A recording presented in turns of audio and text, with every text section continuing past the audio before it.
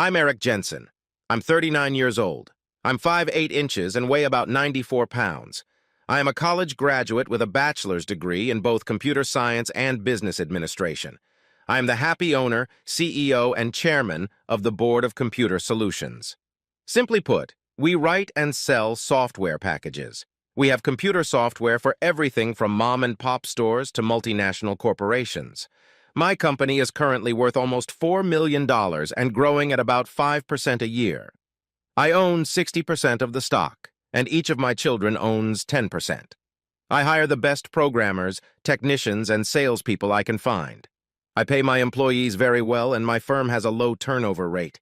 I'm married to Cape. She's a classic blue-eyed blonde with a body to die for. We met in college and married before I graduated. She had a degree in basket weaving or some other fun subject. Fortunately, my parents had enough money set aside to take care of me and my family. We have two wonderful children. Kevin is 16 and Amy is 17. They're both on the school honor roll. Amy inherited her mother's blonde hair and my brown eyes. Kevin inherited my brown hair and eyes. They are both great kids. They are active in sports and attend many social events on campus. I thank my lucky stars that they are not into drugs or alcohol. I told Kevin when he got older that if he was lucky, he would always use condoms.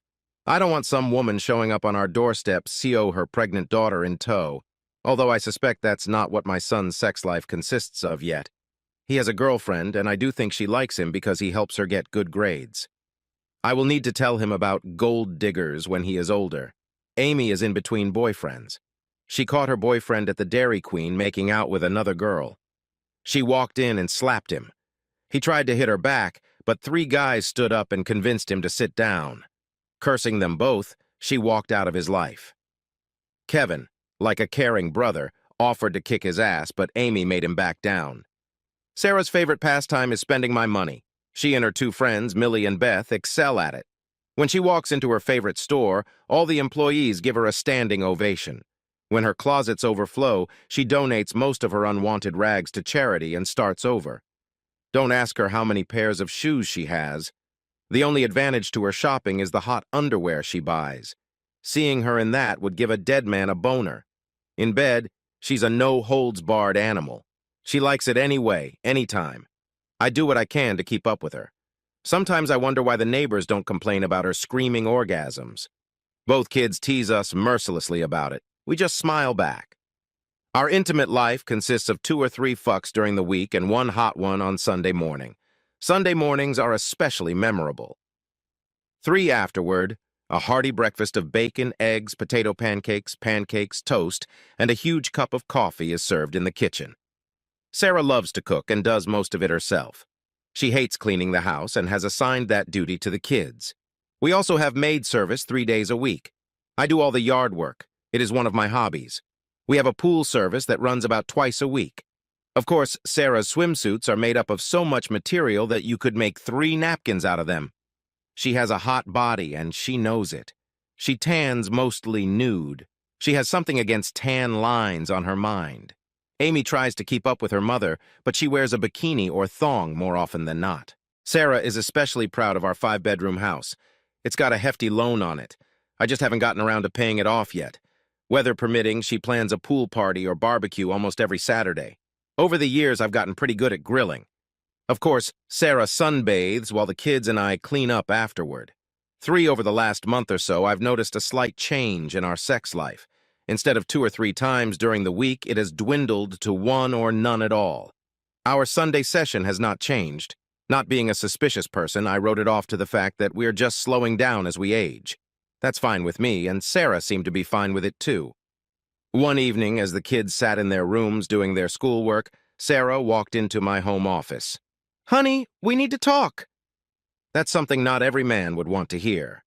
I let go of the computer mouse and pavaned to my wife. "I'm ready. Go ahead." "Before I tell you this, I want you to know that I love you with all my heart and soul, and I'm completely content with our life."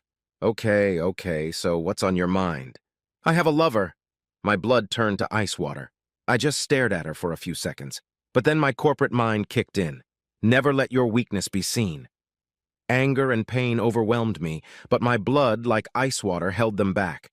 I could see in her eyes that she wasn't kidding. Are you serious? Do I know who's in your favor? You don't need to know that. I want to ask you why. Is it something I did or didn't do? I thought we were very happy with our lives. I can't think of any reason why you would want to destroy it. Please don't say that. I don't want to destroy anything. I'm perfectly content with our life. I'm in love with you. You are the perfect lover and husband. I couldn't wish for a better father for our children. This has nothing to do with you. I was a virgin when we got married. I just want to have a little fling to see what it's like to be with someone else. It has nothing to do with us. I would never neglect you for him. I love you and I want to grow old with you and spoil our grandchildren. I know what I have to do. Our marriage is over, and she will be out of my life as soon as I can make it. I decided to roast her over the coals. I wanted her to feel some of the pain I was feeling. Do you think about how much you love me when you go to his house? It's not like that. Do you think about how much you love me when you undress in front of him? Please don't, Eric. Do you think about how much you love me when you're on your knees undressed? She doesn't answer. She just stares at the floor. Do you think about how much you love me when you both finish? A tear rolls down her cheek. Do you think about how much you love me when you come home? Nothing but a couple more tears. Do you think about how much you love me when you let me eat his cream pie or when you give me sloppy seconds? I've never done that. I've always cleaned myself thoroughly. Tell me what the marriage vows mean to you. There's something in there about no one else. Do you remember that part? She sniffs her nose and more tears run down her cheeks. Have you told the kids yet? No. How do you think they'll react? Do you think they'll like having two separated parents? They don't. If you let me, it will all be over soon. Well then, my dear loving wife, you are right about that. It will soon be over. I'm going to file for divorce and tell the children. They have a right to know what kind of whore why them instead of their mother. Please, we can get through this. I love you and I want our family to stay together. Please let me do that and I promise I'll be the best wife in the world. Not a fucking chance of that happening. I'll contact a divorce lawyer in the morning, right after I go to the clinic and get checked for STDs. I talked to the lawyer. He says I'll get half of everything we own. You'll destroy your company. All the people who depend on you will be destroyed. Would you really do that? Ruin two marriages? Destroy something that took years to build and put all those people out of work? No, of course not. He said that's exactly what a judge would do. I'll find a place to sleep tonight. I'll try to figure out some way to work it out with you. You can tell the kids about your crazy idea. I'm sure they'll give you their blessing. Please, Eric, don't do this. Please don't destroy our family. I'm not destroying anything. It's you. This is all on your conscience. Deal with it. I sat for a minute, wrapping my arms around my head. Tears seemed to start flowing. I quickly got up and went into the bedroom. I put 3 suits and 3 shirts in my backpack. In the suitcase, I put some casual clothes, socks, and underwear. I went into the bathroom and locked the door. I sat on the toilet and cried like a baby. My life had just fallen into a black hole. The love of my life had just stuck a sharp knife in my back. After a while, I cried myself to sleep. I put the toiletries in my necessary and went back into the bedroom. Sarah was lying on the bed, sobbing. I threw her a cold look and got dressed. I grabbed my laptop and my bags and headed out the door. Sarah. As I lay sobbing on my bed, I could hear Eric walking out of my life. I was overwhelmed with fear. The love of my life was gone. I knew he would be angry and hurt, but I felt so guilty that I had to tell him. I can only hope he gets over it and comes home. I need to talk to him and tell him that I won't see Brian again. Maybe I can convince him that it's over and I'll be a good wife to him. I'll just tell the kids that we had a big fight and he's gone. I finally fall asleep. I dream that I'm standing on top of a mountain. A cold wind is blowing, and I'm all alone. The next morning, I wake up to the noise of children getting ready for school. I dragged myself out of bed and washed my face with cold water. I looked in the mirror and saw how bad I looked.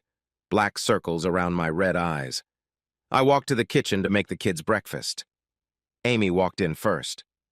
Wow, Mom, you look terrible. What's wrong? Sit down and eat your breakfast. Mom, what the hell happened? Your father and I had a big fight last night. He left. He left? When is he coming back? I don't know, honey. He was really angry when he left. It must have been serious. You need to talk to him and get him back. I'll do my best, but I'll give him some time to cool off. Kevin stood and listened. Mom, don't wait too long. You have to get him back. I know, let's just give him a couple days. They both looked at me like I'd done something horrible. They saw it in my eyes. I watched in silence as they finished eating and walked out the door. I put my head on the table and cried. As I lay in the dark motel room, my mind switched to corporate mode. I corralled the pain and anger back in. I need to make some plans. There's no way Sarah's getting half my company. I worked my ass off for 10 years to keep this firm running. I've been wondering what to do about my wife. I could leave her penniless, let her hot lover take care of her. A list was forming in my mind. Finally, I fell asleep. The ringing of the alarm clock woke me up. I sat up in bed and looked around. Everything that had happened the evening before came back to me. Anger and pain surged through me. I pushed them back. I needed to take action. I took a shower and got dressed. I walked past my secretary. Her mouth dropped open. She realized a scandal was about to break out. She followed me into my office. Eric, what's wrong? Nothing good. I'm about to divorce Sarah. Call the lawyers and security. Gather them in my office in 10 minutes. Yes, sir. 5 minutes later, the head of security and my top lawyer were sitting in front of my desk. Benson, fill out the necessary paperwork and move the company offshore. His mouth dropped open. What's going on, Eric? I'm filing for divorce.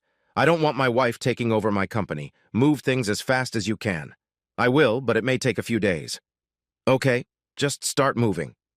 He slipped out the door, and I looked at my head of security.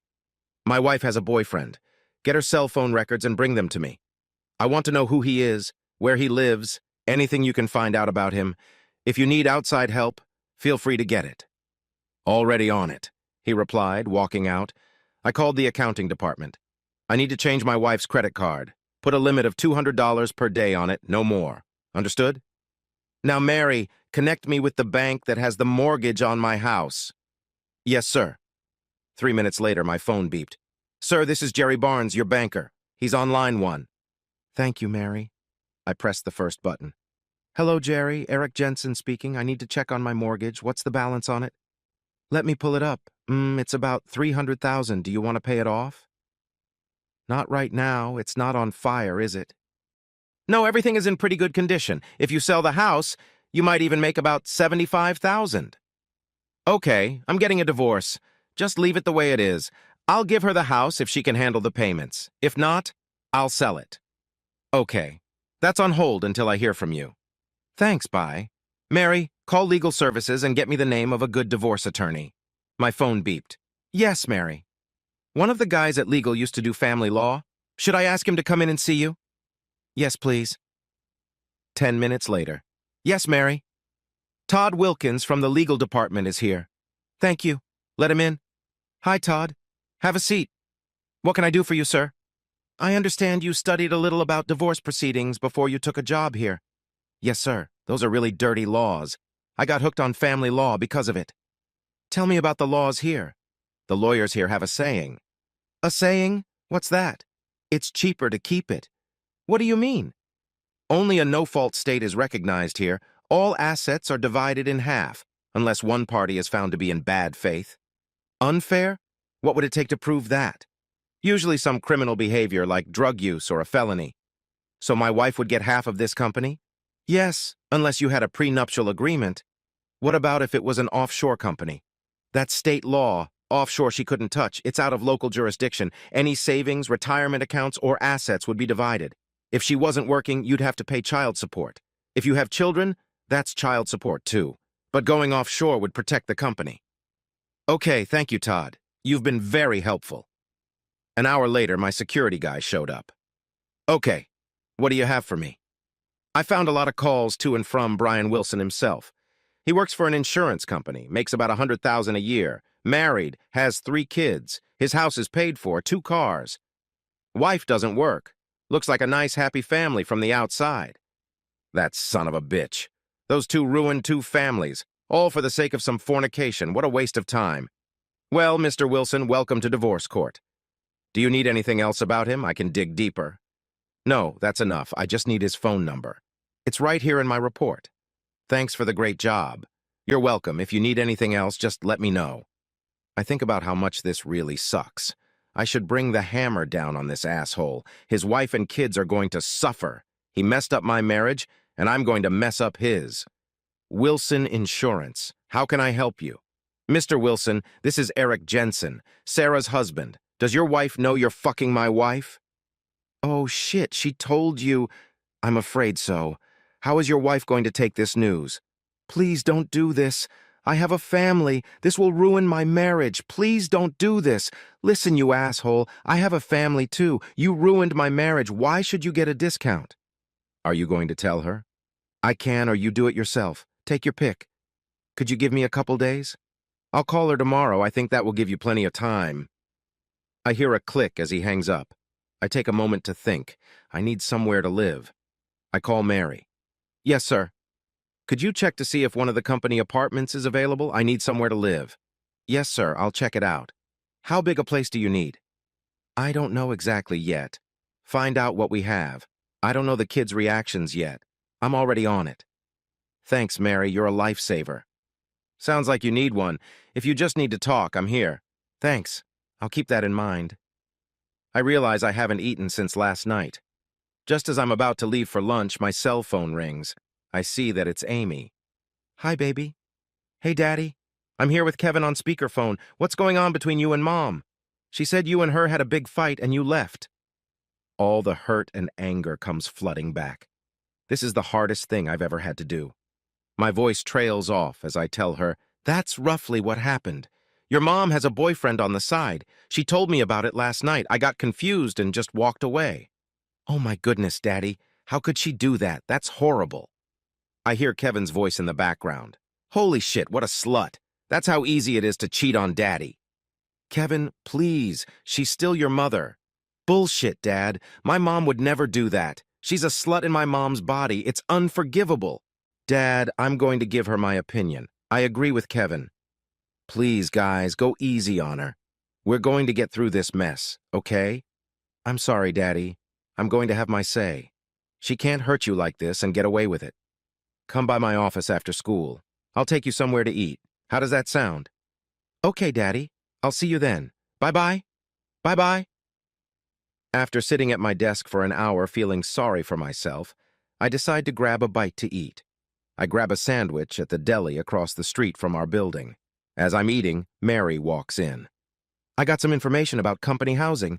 There are 3 empty 2-bedroom apartments. I can call and reserve one for you. Thank you, Mary. That's perfect. Hold 2 for me. I suspect the kids will want to leave the house. I'll move in tomorrow. I've already paid for my motel. My kids will be here soon. Just send them straight here. She turns and walks out. My phone rings on my desk. Hi. Eric, it's Barnes in the legal department about the offshore move. It's going to take about a week. Everything is being worked out, but there's a ton of paperwork. Okay, sounds like fun. I can hold Sarah for a week. If she applies, we're screwed. I'll take care of it tomorrow. Kevin, Amy, and I are sitting in the far booth at the Olive Garden. Dad, what are we going to do? That depends on what you want to do, where you want to live. With me or your mom? Geez, Dad, we can't live with her. I get sick when I think about it. We want to live with you.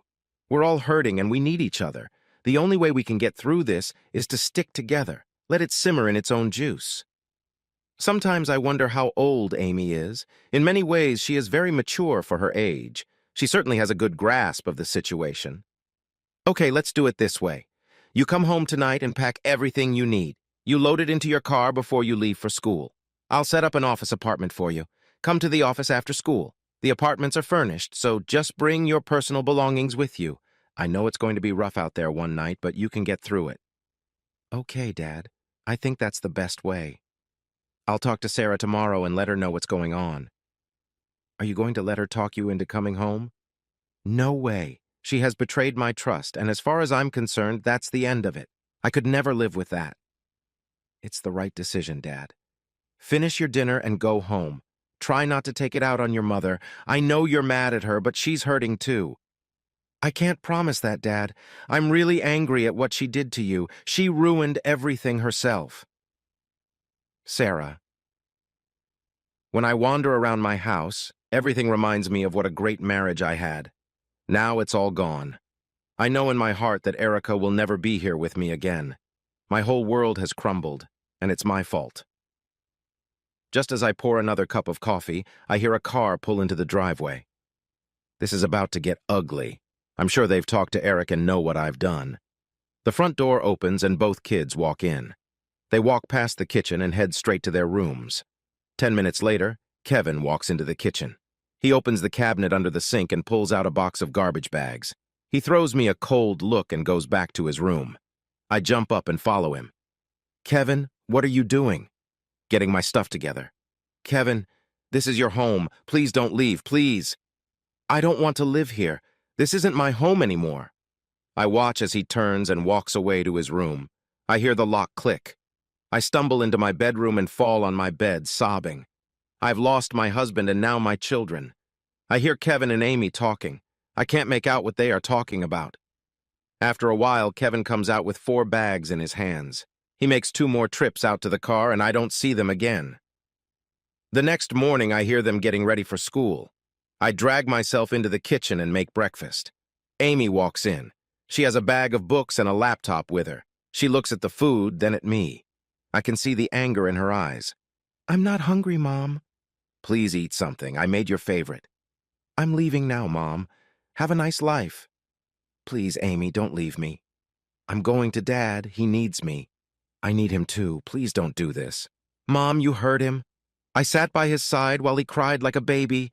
You ruined our family. I hope it was worth it. She turns and walks out. 2 minutes later, without saying a word, Kevin follows her. The worst has come to visit me. I lost my husband and my children. I'm alone. My alarm clock wakes me up with a jolt. I sit up, rubbing my eyes and scratching my balls. After showering and getting dressed, I head to the office. I contact Mary and get the keys to the apartment. I don't have any urgent appointments, so I work up the courage to call Mrs. Wilson. Another thing I don't want to do. Hello? Hello, Mrs. Wilson? Yes. This is Eric Jensen. I think we need to talk. Yes, I suppose we do. I don't want to do it over the phone. Can we meet somewhere? Yes. Can you come over to my house? I'm not fit to be seen in public. I understand. How about in an hour? That's fine. You have my address, don't you? Yes, ma'am. I'll see you soon. Bye-bye. Bye-bye. Hello again, Mrs. Wilson. Come on in, Mr. Jensen. Let's go into the kitchen. I made some coffee. I watch her as she pours 2 cups of coffee. She's quite pretty, but she looks a little shabby. Considering she probably spent the night in tears, I think she'd be fine tidying up. I wanted to meet to make sure you were all right. I have considerable resources at my disposal, so if you need any help, please let me know. Thanks. I don't know what I'm going to do yet. I haven't quite recovered from the shock yet. I know our marriage can't go on like this. I guess we'll get a divorce. I'm not going to live with a cheater. I talked to a divorce lawyer. He said I would be better off staying married but living separately. I'd have to pay her half the value of my company. I can't do that. Perhaps you would be better off getting a divorce. You should contact a good lawyer and see what your options are. You have children, don't you? How are they taking it? Pretty well, considering the circumstances. They're really mad at her.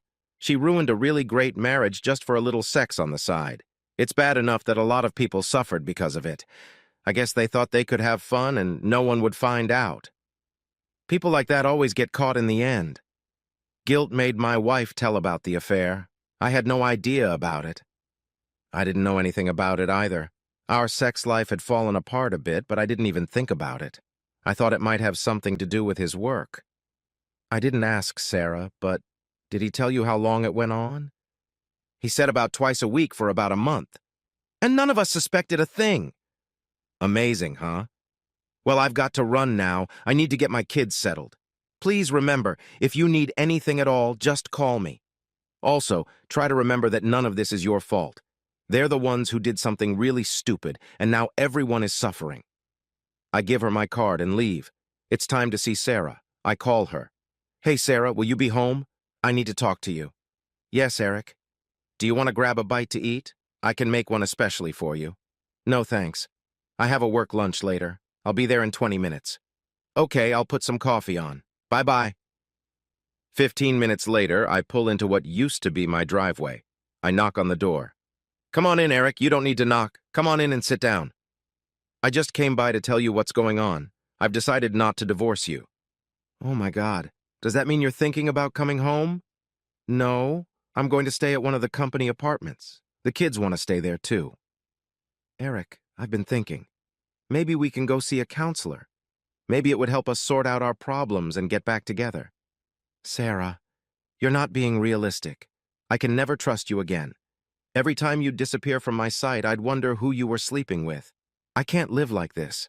You may never cheat again, but it will always be in the back of my mind. I suppose you're right. I never thought about it. If I didn't have a conscience, I'd leave you standing in the street with a finger up your ass. But you're the mother of my children, and we've had many good years together. I'll put you on the company payroll and pay you $2,500 a month. I checked. The house is worth about $75,000. You can sell it or you can stay here. It's up to you. I'll sign over my share of the equity to you. After Kevin graduates, you'll be on your own. I hope you don't do anything bad to the company. Too many people depend on it for survival. They don't deserve to be dragged into this business. I'm not going to do that. I've hurt enough people. I don't want to hurt anyone else. Still, Eric, would you consider counseling? Maybe we could make it work. I can't promise anything. I'm too hurt and angry to think straight right now. I know you don't want to hear this, but I'm so sorry I hurt you and the kids. I never meant to do that. I'm sorry, too. I talked to Brian. He told his wife. I think she's going to divorce him. Whatever happens, you're free from your marriage vows. Now you can fuck whoever you want. Maybe you and Brian can work out something long-term. I don't love him, Eric. I love you. I'll always love you. I go into the bedroom and gather the rest of my clothes. I can see the tears streaming down her cheeks as I walk out. I sigh in relief, leaving her life. On the way back, I stop at the mall and buy some kitchen stuff, paper plates, cups, coffee pot, and toaster. I stop at the supermarket and buy a bunch of food. The last stop is at the motel. I pick up all my clothes and go to the apartment. I get comfortable and lean back on the back of the couch. I turn on the TV to create a sound background and think about my future. 2 hours later, I return to my office and wait for schoolwork to end. My phone buzzes. Eric, Mr. Barnes is here. Thank you, Mary. Let him in. I've expedited all the paperwork. We officially set sail from shore on Monday. Good work. Then I'll be able to breathe easy. My company will be safe. The kids show up, and I check them into the apartment. We order pizza and sit at the coffee table discussing our plans. I tell them what I'm going to do with Sarah. They just stare at me. I think they expected me to throw her out on the street. Over the next few weeks, we settle into a comfortable routine. It's Friday night, and I decide to call Mrs. Wilson to check on her. Hello, Mrs. Wilson. Eric Jensen is on the phone. Hi, Mr. Jensen.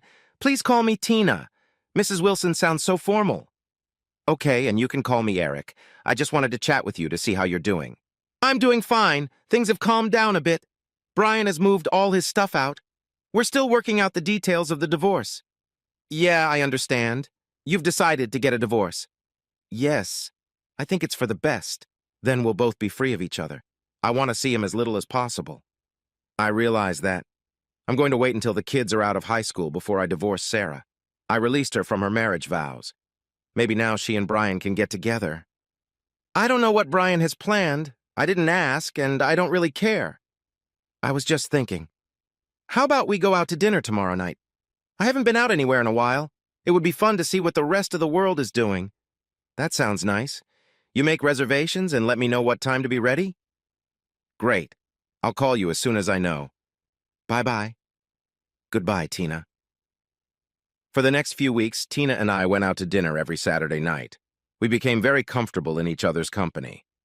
I came to the conclusion that she had a good, calm personality. She was pleased with herself and the choices she had made in life.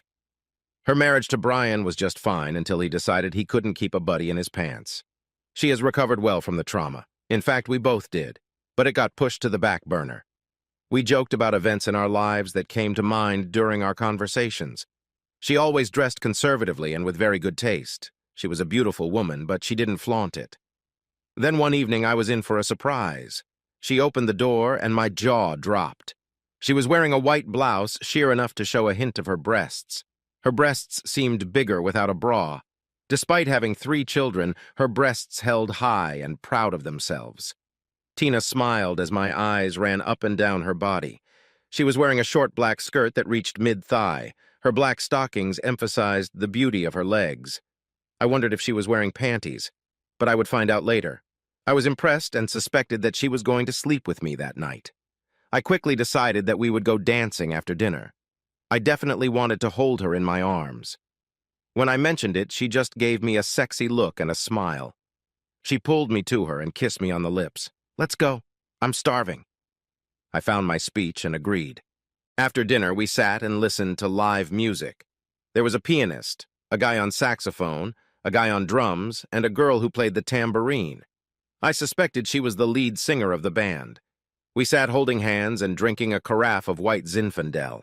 The girl stepped up to the microphone and sang a very sweet ballad about love. She stepped back and the musicians started a slow set. I pulled Tina to the floor. She pressed herself against me as if she belonged there. Her full breasts touched my chest and I heard her gasp. I wasn't sure why, and I didn't care. I pulled her to me and we floated across the floor. Her face looked flushed and she had a wide smile on her face. "That's so sweet, Eric. It's been a long time since I've danced." "It's been a long time for me, too. I'm surprised I remembered how to do it." "You're a great dancer." "I think it's like riding a bicycle." We did 2 fast sets and the musicians started another slow one. I pulled her onto the dance floor again, and she awed again when her breasts touched me. We danced another slow dance, and I noticed her moving her pubes against my thigh. I could feel her breathing quicken. Suddenly, she shuddered and hugged me tightly. I heard a low moan escape her lips. I held her against me for the rest of the song, and we went back to our seats. We sat down, and I leaned over and kissed her. Her lips opened, and my tongue slid into my mouth. She ogged, and her hand slid to the back of my head. We kissed for what seemed like 2 hours. "I need to go to the ladies' room, fill my glass, and we can leave as soon as I finish it." A few minutes later, she returned. She sat down and took my hand in hers. I felt her put something wet in it. I looked down and saw that I was holding a woman's panties in my hand. I looked at her and said, "Thank you for the awesome gift." She blushed and just smiled at me as I put them in my pocket. I called for the waitress and paid our bill. She leaned over and whispered in my ear, "I got so wet dancing with you that I had to go to the bathroom." I could tell you enjoyed it. I'm glad I was able to do that for you. You've got a lot more than that ahead of you, big boy. I have plans for you tonight. Let's get out of here and you can tell me about them. On the way to her house, we barely spoke. I made her finish 2 more times. She stroked me gently, keeping me hard the whole way. "No, don't. Let it stay outside. I want to look at it while we go into the house." I left it sticking out and walked around the car. I helped her get out. With one hand, she unlocked it and pulled me inside. "Save your hose for me, please. It looks really sexy." It flashed through my mind that her husband must be the stupidest man on the planet. Finally, I was devastated and collapsed on top of her. She wrapped her legs around my ass and pulled me tightly against her. That was wonderful. I must have finished 20 times. You're a real lover." All I could do was moan in response. I must have been too hard on her. She uncrossed her legs and rolled me off her. I finally found my voice. "Holy shit, Tina! What did you do to me? I think my buddy just exploded." It sure did explode. It's all over me. I may have gotten some brain damage from that.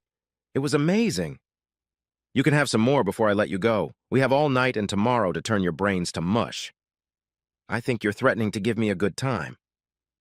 That night we fucked again. She drove me into a coma. The next morning I woke up to the smell of bacon and coffee. I knew I had died and gone to heaven. I found a shower and cleaned myself up.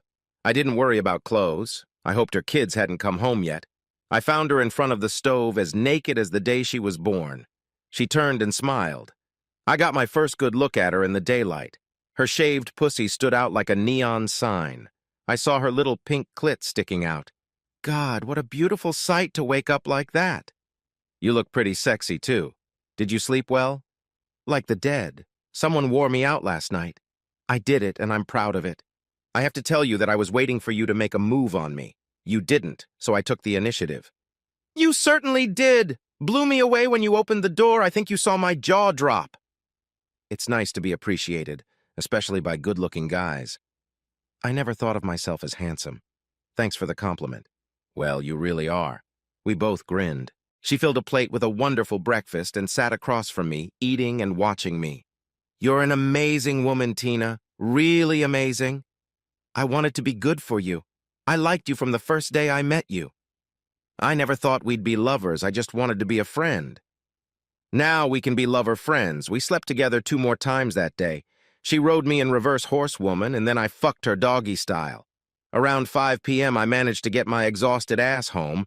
My kids heard me come in and came out to watch. They teased me for about an hour. They said they were just happy for me.